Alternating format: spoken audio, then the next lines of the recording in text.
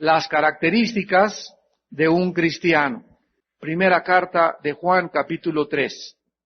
Vamos a ver de qué forma el cristiano se puede distinguir en esta mañana entre todas las características que hemos venido enunciando en las clases pasadas. Y hoy vamos a analizar una marca más de la vida cristiana. Y es que el cristiano comparte sus bienes. El verdadero cristiano nacido de nuevo comparte sus bienes. ¿Ustedes saben cuál es la característica más grande de Dios? Porque de tal manera amó Dios al mundo que ¿qué cosa? La característica más grande del cielo a la tierra, en la que Dios quiere que nos enfoquemos, que analicemos profundamente y que podamos distinguir, es que Dios es un Dios que nos entregó algo, que nos dio algo. Él fue el que tomó la iniciativa. Dios nos dio, y lo que Dios nos ofrece del cielo, lo que Dios nos regaló del cielo, lo que Dios nos entregó del cielo, no fueron todos los planetas, no fue el universo, no fueron todas las minas de oro, ni todas las minas de diamantes y de perlas preciosas, ni toda la plata del mundo. Lo que Dios nos entrega desde el cielo es lo que Él allá en el cielo amaba más: a su Santo Hijo Jesucristo. Lo que más ama Dios y amaba Dios y lo más preciado del universo, eso fue a lo que nosotros, pobres seres humanos, en este minúsculo planeta que se estaba columpiando, donde estaba el bien y el mal despedazando y donde aparecía que este planeta no tenía ninguna esperanza, Dios se fijó en este pobre, minúsculo, insignificante planeta Tierra para que Él bajara en la forma de su Hijo Jesucristo. De tal manera amó Dios al mundo que dio a su Hijo Jesucristo. Si queremos tener un ejemplo, un valor pequeño, una imagen, un retrato de lo que realmente Dios nos ama, es la cruz del Calvario. Entonces Jesucristo baja del cielo a la tierra para mostrarnos que Dios nos ama y que muere y se sacrifica por nosotros. Ahora bien, una vez que el Hijo de Dios entra a nuestra vida, y una vez, como dice Romanos 5, el amor de Dios ha sido derramado en nuestro corazón, el cristiano comienza a descubrir en la vida cristiana que su más grande enemigo es su ego. El ego. Y esto es lo que nos impide realmente manifestarnos como Dios quiere que lo hagamos. Entonces Dios, desde que se inicia la vida cristiana, comienza a tratar con nuestro egoísmo. Porque por naturaleza, la naturaleza que mi padre y mi madre me dio y la que heredamos de nuestros padres, es una naturaleza donde buscamos nosotros lo mío. Mis intereses, mi felicidad, no me importa hacer feliz a mi esposa, ella me tiene que hacer feliz a mí, mis hijos me tienen que hacer feliz a mí, mis padres me deben y ellos me tienen que hacer feliz a mí, y en mi trabajo y por todos lados estamos buscando que la gente me visite en el hospital y tenga atenciones conmigo, y voy a una iglesia para que me amen y para que tengan misericordia de mí, y debe ser exactamente lo contrario. Yo debo de buscar la felicidad de mi cónyuge y no ella la mía. Yo debo buscar la felicidad de mis hijos, la felicidad de la gente, la felicidad de mis empleados en el trabajo. No debo ir a una iglesia para buscar que me amen, sino voy a una iglesia a buscar a quién amar, de quién tener misericordia. No espero que en el hospital me visiten, sino cuando yo estoy sano, busco a quién visitar, a quién ir a la cárcel y llevarle un mensaje de esperanza. Esa es verdaderamente la característica principal de un hijo y de una hija de Dios. Siempre busca la felicidad de los demás y se abandona y quita sus ojos de su propia persona. Hace muchos años le preguntaban a una monjita llamada la Madre Teresa, solo Dios sabe dónde está ahorita, ella se murió, pero ella contestó algo muy importante en una reunión de misioneros en Nueva York. Y le dijeron, señora, usted debería quedarse aquí en Nueva York y no irse allá con sus monjitas las leprosas. Mire, aquí le podemos tener un seminario grandísimo con aire acondicionado y todo, para que se venga aquí con sus leprositas y aquí las podemos atender mejor, etcétera, etcétera. Y usted puede ser más feliz aquí. O sea, la gente que estaba alrededor de esta mujer, se imaginaron como actualmente que la comodidad o un mejor medio ambiente, o si tengo una casa un poquito más grande, una alfombra persa, o si cambio los candiles de mi cuarto, etcétera, etcétera, voy a ser más feliz. Sin embargo, la Biblia nos muestra que ahí no se encuentra la felicidad, sino se encuentra en estar en el centro de la voluntad de Dios.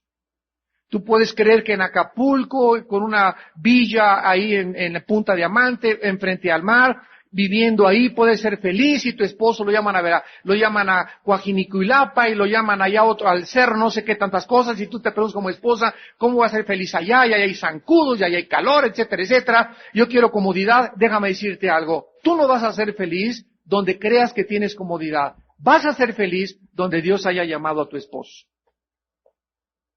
Donde Él tenga el llamado para servir a Dios, porque eres la ayuda y la influencia idónea de Él. Y cuando Dios llama a la cabeza, no te llama a ti ni a los hijos. La cabeza y los hijos tienen que seguir al marido. Si vamos a Veracruz, mi amor, con mucho gusto vamos para allá, y no vas a ir. Ya ves, mi mamá me dijo que no me casara contigo, si yo tenía mucha razón, Veracruz nunca me ha gustado, y comienzas a convertirte en una mujer, como dicen Proverbios, necia. La mujer necia con sus manos destruye su casa, la sabia con sus manos la edifica. Entonces tenemos que entender que nuestra felicidad, amados santos, y nuestra verdadera realización como seres humanos se va a encontrar en donde se encuentra el llamado de Dios. Si Dios me llamó a mí a ser predicador y no me llamó a ser sanador para andar, y me meto y brinco yo de mi llamamiento de evangelista a querer sanar y tumbar las gentes como Benny Hinn o como Cash Luna o como otros predicadores, en ese momento yo me salgo de mi autoridad y estoy tratando de hacer lo que otros hacen. Y ya no tengo yo ni mi realización, ni la unción, ni la autoridad que yo tengo, porque es en este campo donde Dios me va a usar, no en los otros campos donde Él tiene a otras personas para usar en esos campos. Y si yo no entiendo cuál es mi campo y cuál es mi autoridad, y quiero hacer lo que otros hacen, pierdo la unción. Y esto es algo que debemos de considerar seriamente. Si Dios te llamó aquí para cantar aquí y tú quieres tener el puesto de director del coro y no es tu puesto porque Dios no te dio la habilidad de dirigir un coro, sino solamente de cantar y anhelas una cosa donde no tienes la autoridad, comienzas a caer en una lucha entre tu ego y tus ambiciones personales y la autoridad y la unción que Dios te ha dado. Entonces, si Dios me dio el llamado de cargarle la maleta al pastor y de venir aquí y barrer las sillas y ser la persona que prende las luces de la iglesia, y durante 8 años, ese es mi llamado en el día de la coronación y de las recompensas, Dios no le va a dar a aquel que hizo más cosas que el que prendió las luces. Dios va a recompensar la fidelidad. La fidelidad. ¿Con qué gusto, con qué disposición hicimos lo que nosotros fuimos llamados a hacer? Y tenemos que entender esas cosas para que nos desubiquemos del mundo que nos rodea y nos comencemos a conectar y a entender en dónde se encuentra verdaderamente el llamado de Dios. En Primera de Juan capítulo 3, versículo 16 al 18, el apóstol nos escribe estas palabras. En esto hemos conocido el amor, en que Él puso su vida por nosotros. ¿En qué conocimos que Dios nos ama?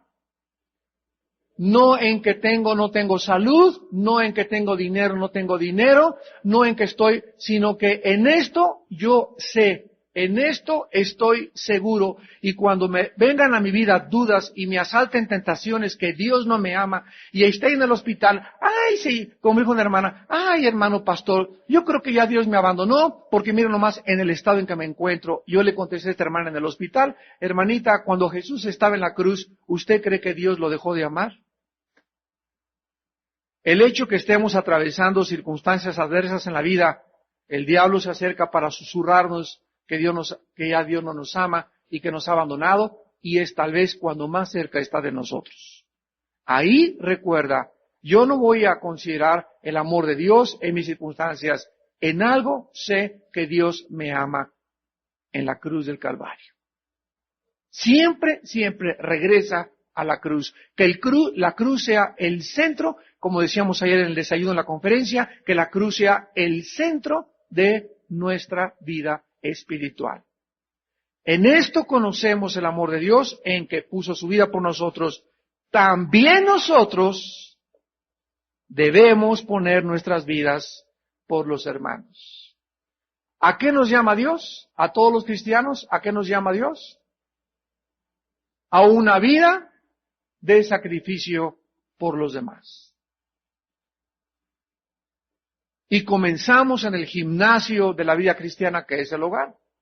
Si en tu hogar no te sacrificas por tu esposa, no la tapas en la noche, no te fijas en que ella descanse un día a la semana, no tienes atenciones para saber lo tremendo que es educar a un niño, a un bebé, lavar los pañales. Si tú no tienes esta clase de espíritu sacrificial por tu compañera, tu amante, tu esposa, tu amiga, entonces ¿por quién lo vas a hacer? Hay personas que son muy contradictorias y que tienen más atenciones en la iglesia con los hermanos que con los propios miembros de su familia.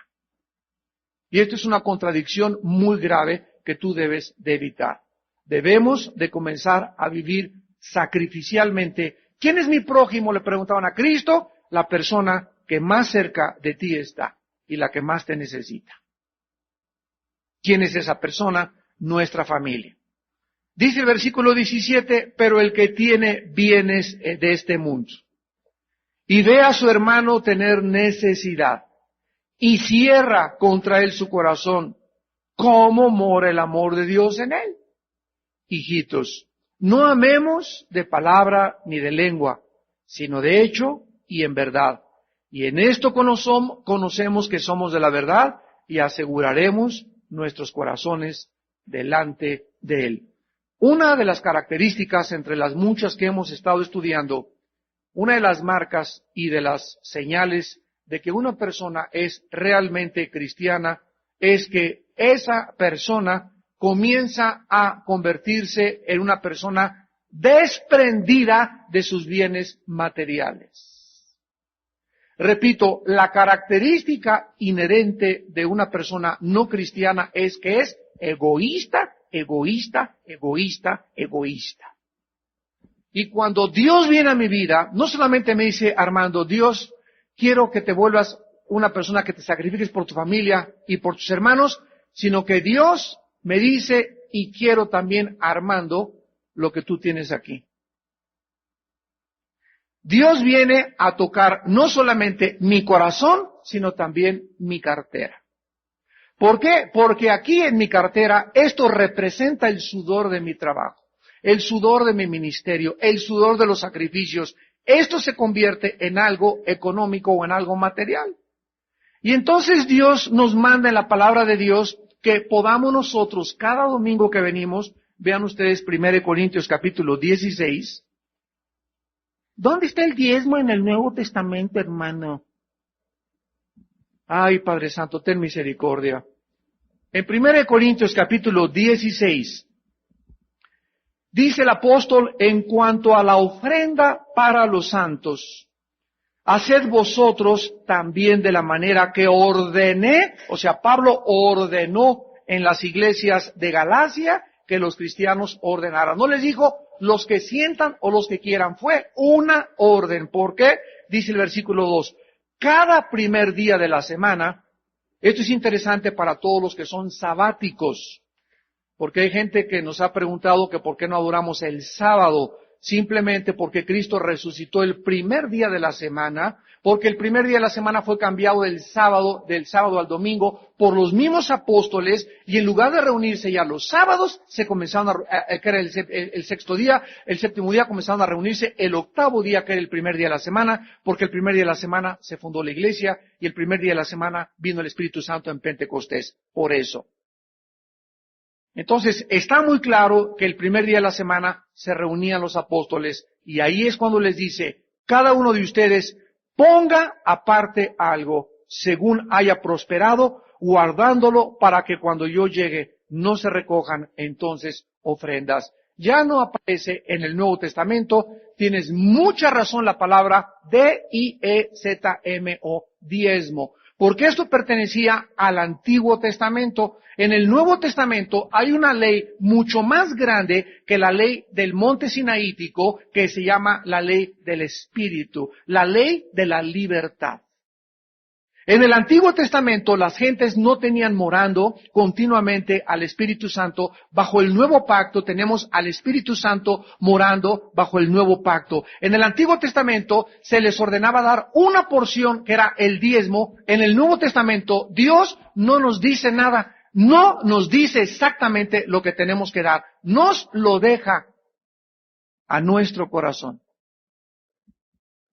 ¿Y por qué se dice el diezmo? Porque si en el Antiguo Testamento era el diezmo, en el Nuevo Testamento tiene que ser algo que te nazca. Ya no es el diezmo, es el 12, el 15, el 20, el 30, lo que tú sientas en tu corazón dar. Dios ama al dador alegre. Cada quien dé como, ya no se dice cada quien del diezmo, dice cada quien dé como propuso en su corazón.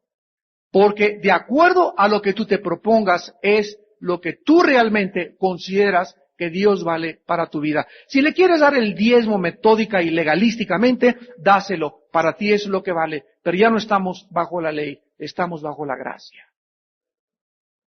Y ahora el apóstol Pablo dice, cada día de vosotros ponga parte según haya prosperado.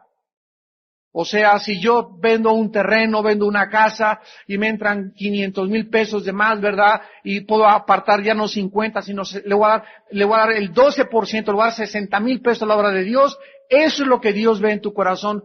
Cada quien de lo que haya en su corazón propuesto. Ya no quiere Dios que se te obligue ni que tengas que dar. Ahora, ¿por qué Dios me pide que saque mi cartera y que comience a acostumbrarme a desarrollar el hábito de comenzar a darle a la obra de Dios? Él no necesita nuestro dinero. Dios es el dueño de toda la tierra y su plenitud, dice uno de los salmos. Dios es el dueño del ganado y del oro y de la plata.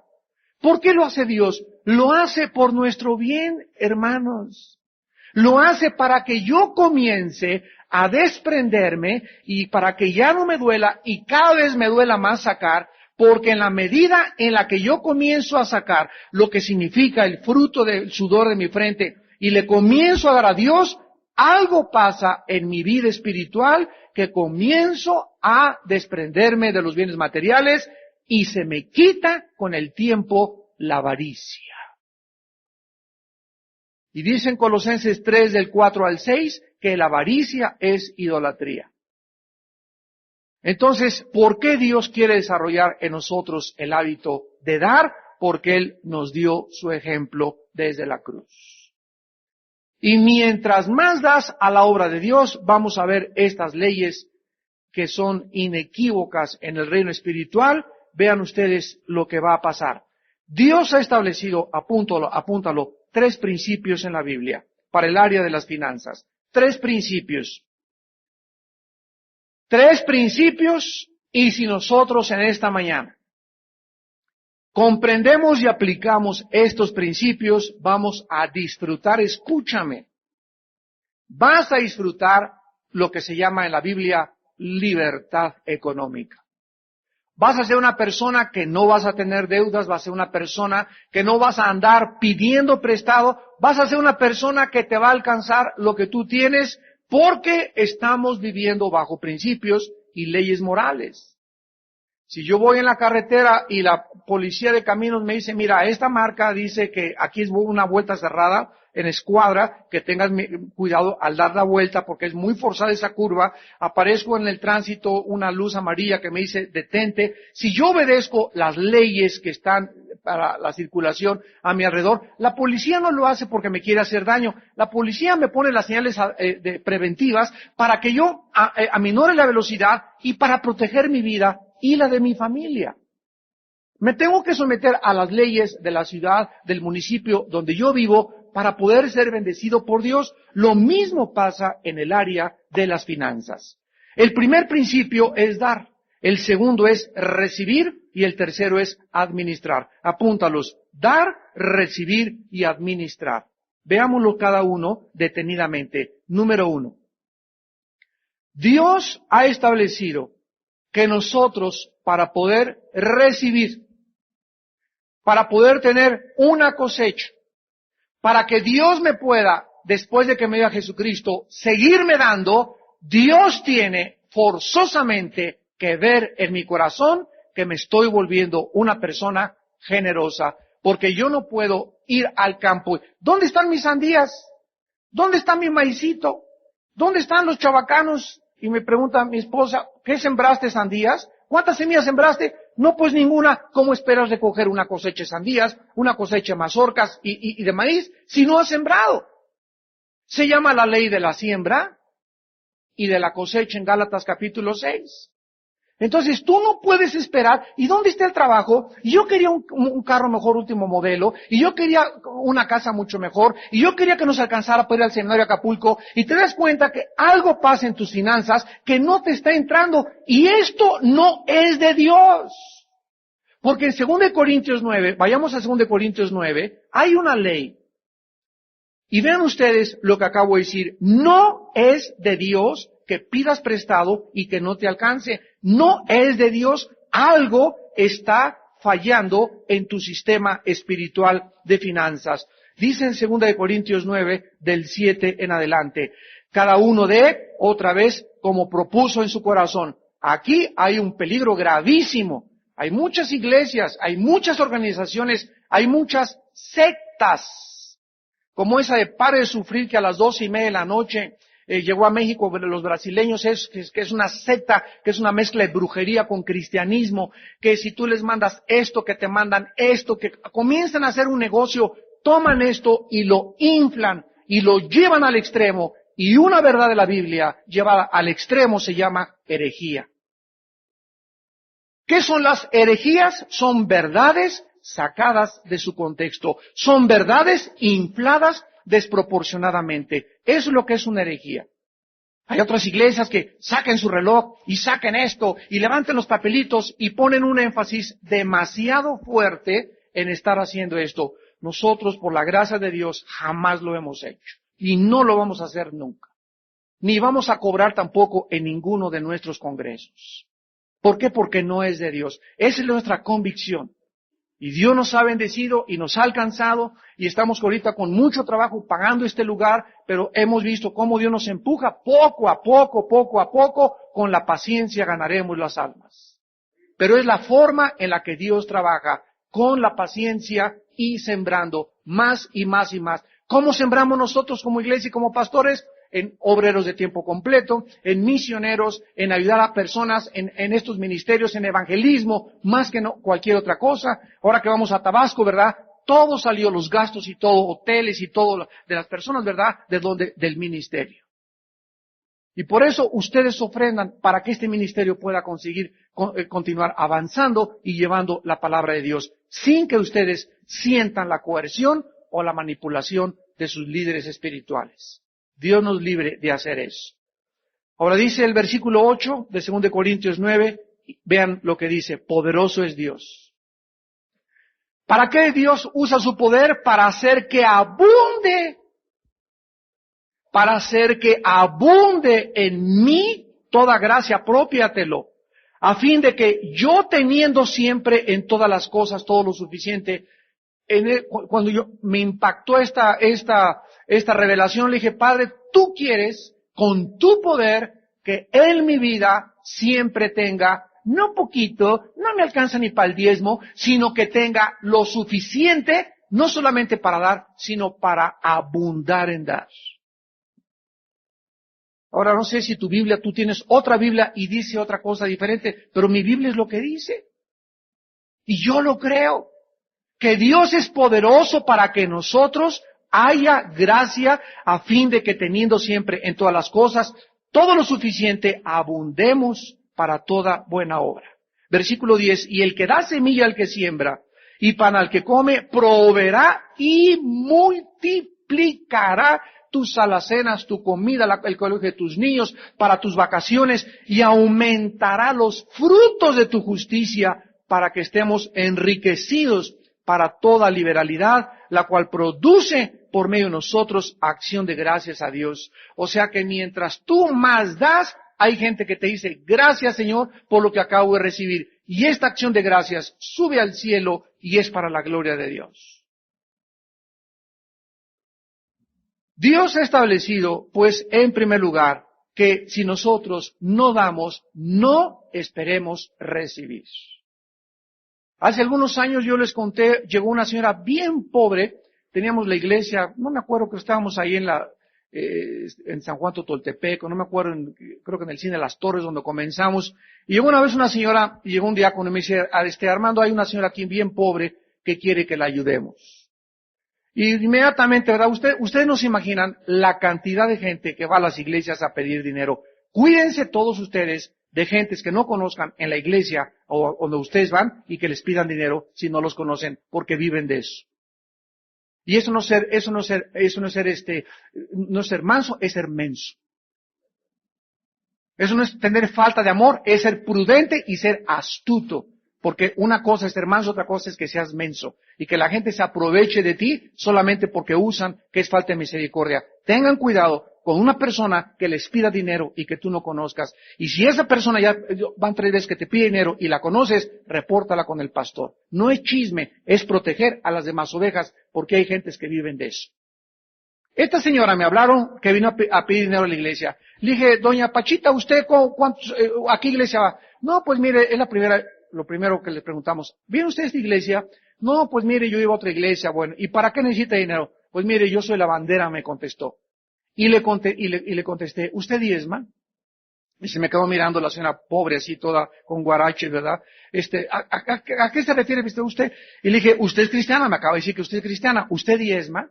Me dice, ay hermano, pues gano 3 pesos por camisa y 4 pesos por pantalón. Le digo, bueno, de 3 pesos son 30 centavos de diezmo y de 4 pesos son 40 centavos. Y me contesta y otra vez, ¿cómo quiere que diezme si apenas tengo para vivir? Y le dije, por eso usted será aún más pobre. Porque el que es infiel en lo poco, también es infiel en lo mucho. Ella creía que por no ganar lo suficiente, Dios la iba a exonerar y iba a ser la excepción de no diezmar. Y esta es la razón por la cual mucha gente también pobre no puede prosperar ni tener más porque son avaros con lo poco que tienen. Ahí está la avaricia. Entonces, tanto el más pobre como el más rico, el rico que gana $1,000,000 al año y que le da al Señor $100,000 al año por caer exactamente en lo que dice la Biblia, el diezmo del Antiguo Testamento, es un avaro. Y podríamos creer $100,000 de diezmo al año. ¡Qué barbaridad! Con eso podemos hacer otro edificio. Pero a los ojos de Dios, la viuda que echó todo lo que tenía en la parábola que contó Cristo, echó más que aquellos que echaron lo que les sobraba. ¿Se dan cuenta? ¿Qué es lo que Dios ve? El corazón. ¿Se acuerdan de la viuda de Sarepta? ¿A dónde manda Elías a Sarepta? ¿Al Hotel Holiday Inn? ¿A dónde mandó Elías? ¿Lo mandó a un 5 estrellas, un hotel? No, lo mandó con la viuda y la casa más pobre. Y podremos decir inmediatamente, Señor, pero ¿cómo mandas a que exprima a la pobre viuda y que le quite los últimos centavos que esta viuda tiene? Pues precisamente Dios lo hizo para eso. Y Dios mandó a esa persona a nuestra iglesia, que les cuento yo, ¿verdad? Precisamente la quería bendecir a ella. Y quería darle una lección. Le hubiéramos dado nosotros 50, 100 pesos, se lo hubiera gastado, pero hubiera seguido igual menguando su dinero. Pero fue a la iglesia y aprendió una lección que tenía que aprender. Tenemos que darle a Dios para que Dios nos pueda devolver.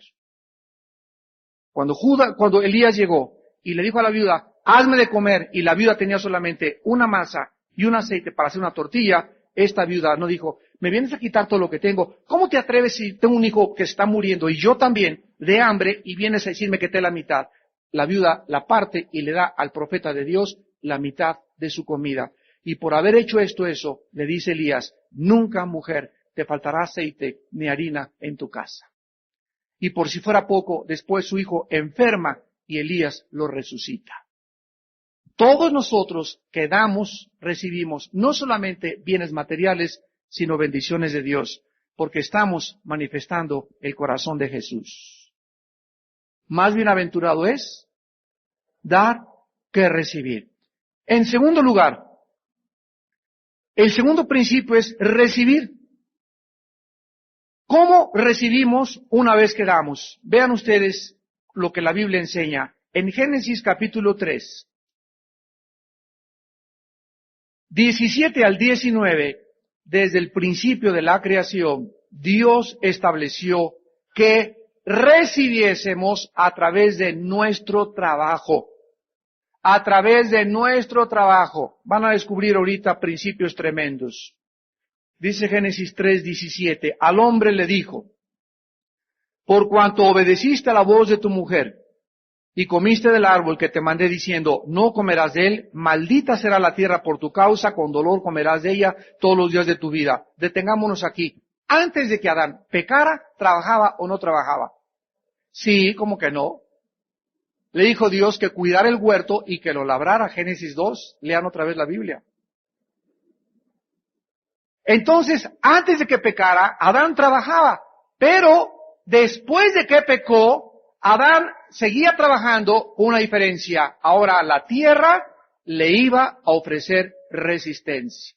Ahora iba a comenzar a sudar. Antes del pecado no sudaba y disfrutaba su trabajo. Ahora iba, por causa del pecado, a tener que sudar y ganar el pan con lo que él se esforzara. Por eso dice en Primera de Tesalonicenses, en el Nuevo Testamento, el que no trabaja, que no coma. Dios pues establece y dice, espinas y cardos te producirá y comerás plantas del campo. Con el sudor de tu rostro comerás el pan hasta que vuelvas a la tierra. Dios ha establecido, dos, que si no hacemos algo, no esperemos recibir nada. Entonces yo le doy a Dios y al mismo tiempo tengo que trabajar. Y cuando yo estoy trabajando, síganme con cuidado, y le estoy dando a Dios, Dios como ve que le estoy dando a Él va a bendecir mi trabajo, mi taller de carpintería, me va a mandar clientes, me va a dar gracia, me va a dar habilidad para los negocios, Él me va a bendecir en mi trabajo, en el área de mi trabajo, porque es en el área donde recibimos de Dios. Esto yo lo aprendí hace muchos años, cuando comenzaba a predicar, y en el caso de nosotros, ¿verdad?, que tenemos un trabajo mucho más grande que el que, hasta más que un presidente de la República, créanmelo.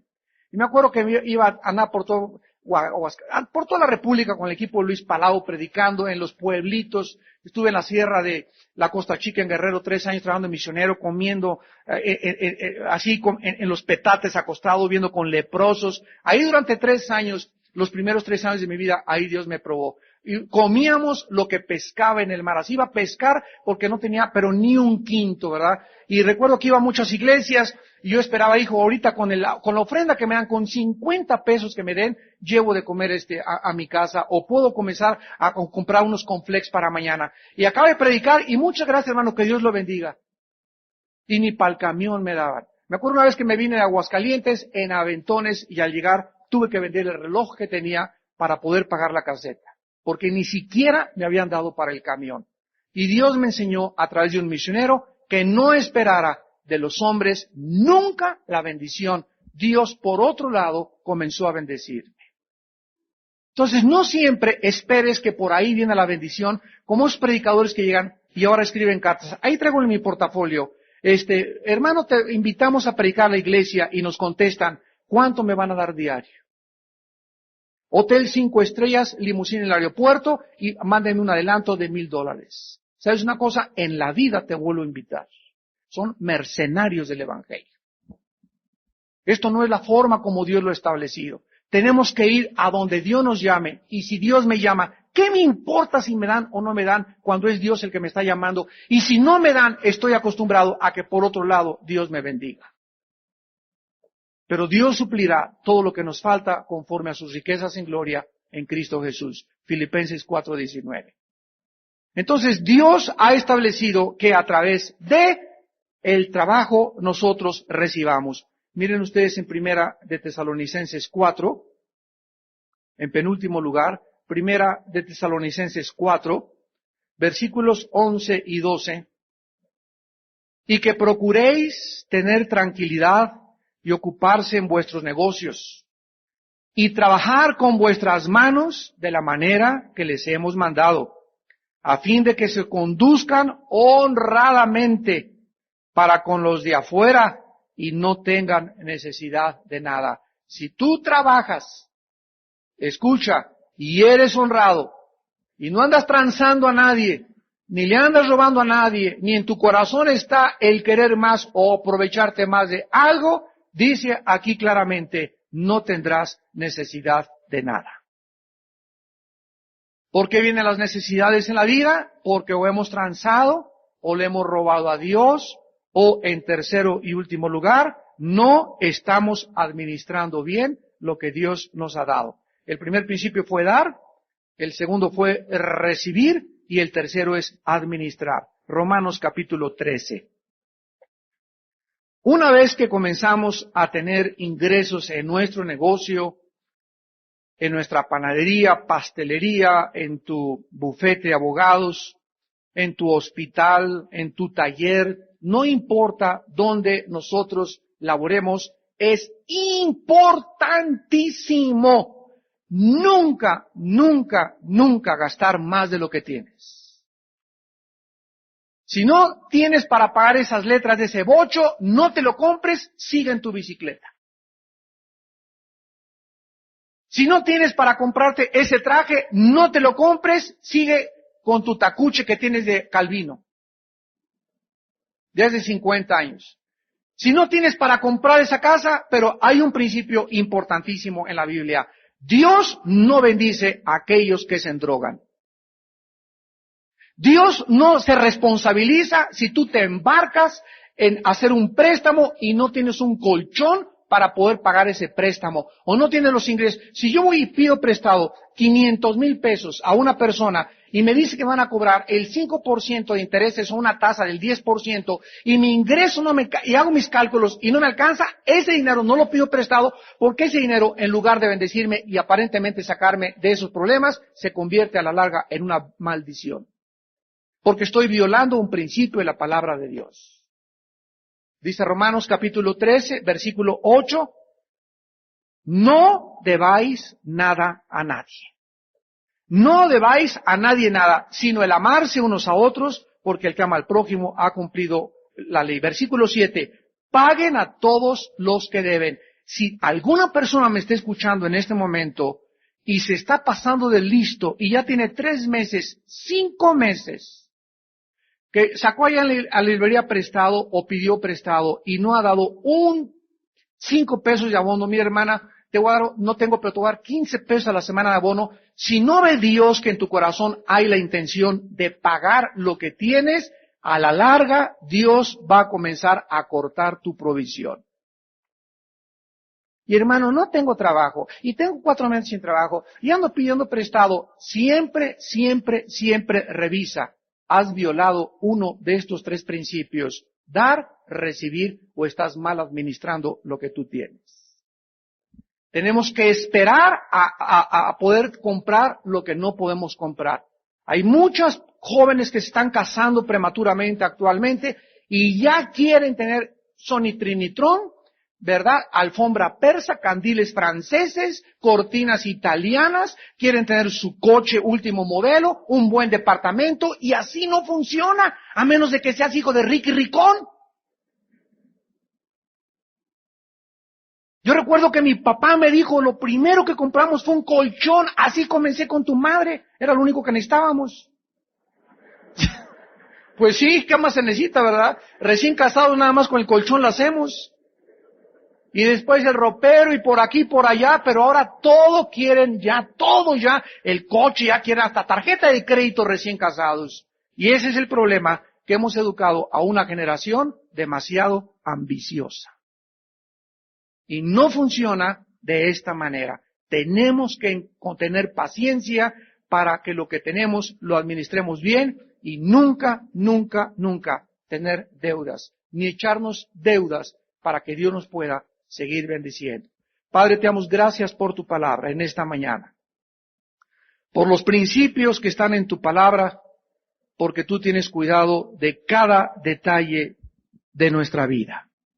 Te preocupa, Señor, no solamente nuestra vida espiritual, sino también la forma como manejamos nuestra economía y nuestras finanzas, porque tú quieres bendecirnos. Tu palabra dice que nos quieres dar no migajas, nos quieres dar en abundancia. Mas buscad primeramente el reino de Dios y su justicia, y todas las demás cosas os serán dadas por añadidura. Padre, te damos gracias porque tú no puedes separarte de tu palabra. Lo que has dicho tiene que ser. Y más bienaventurado es comenzar a buscar en dar y en trabajar con honradez, para que a la larga, como dice tu palabra, irán dando y llorando el que lleva la preciosa semilla, pero regresará con gozo trayendo sus gavillas. Al final de nuestra vida, Padre, tú nos bendices, tú nos prosperas, tú, Señor, nos das en abundancia por la fidelidad que podamos demostrar en nuestra vida de finanzas. Padre, te damos gracias en esta mañana porque hay personas que aún no te conocen y tú las has traído esta mañana a escuchar tu voz. Gracias por tus hijos y tus hijas que en este momento se están arrepintiendo de su avaricia, de su egoísmo, de su corazón ambicioso, que solo amontonan para ellos y por eso de la noche a la mañana se pueden quedar sin nada, Señor. Porque tú deshaces como polilla lo más apreciado del ser humano. Te damos gracias, Señor, porque en esta mañana tú has predicado a través de tu Espíritu y en la Biblia tu palabra, y te pedimos que salves las almas ahora. Si alguna persona en este momento aún no tiene a Jesucristo en su vida como su Salvador y como su Señor, ahí desde tu lugar dile estas palabras: Señor mío y Dios mío, te pido perdón por mis pecados, me arrepiento de mi vida, creo que en la cruz Jesucristo murió en mi lugar y pagó con su sangre mis pecados, y que por el inmenso amor que me tienes, me entregaste a tu Hijo. Ahora yo quiero, Señor, no solamente entregarte lo que tengo, sino entregarte mi propia vida, a tu servicio, en obediencia y en santidad y pureza. Porque quiero de aquí en adelante, quiero que me vaya bien en la vida, pero no para mis propios intereses, sino para yo bendecir a tu obra, y para hacer feliz a otras personas, porque Jesús me hizo feliz a mí, sacrificándose en mi lugar. Jesús, te pido que entres a mi corazón como mi Señor y mi Salvador en este instante. Y te doy gracias por comenzar a cambiar mi vida. Amén.